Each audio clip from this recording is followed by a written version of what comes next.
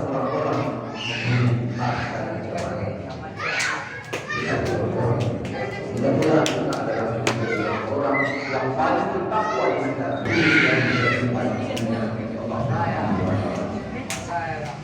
yang kesempatan yang singkat ini Khatib akan membaca. Tadi Khatib telah membacakan sebuah hadis yang hadis ini sangat masyhur. Al-jannatu mushtaqatu ila al-arba'ati nafar. Kata Rasulullah, surga itu merindukan 4 golongan manusia.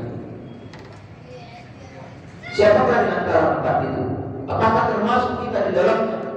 Mudah-mudahan kita termasuk di antara keempat daripada golongan ini. Atau paling tidak, ternyata Al-Quran ini, orang yang gemar membaca Al-Quran itu dirindukan oleh surga.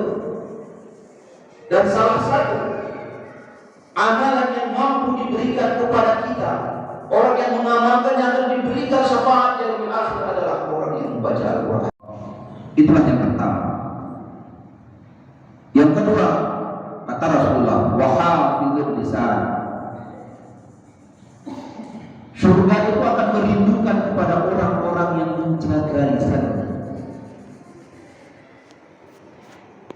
Lisannya tidak berkata kotor,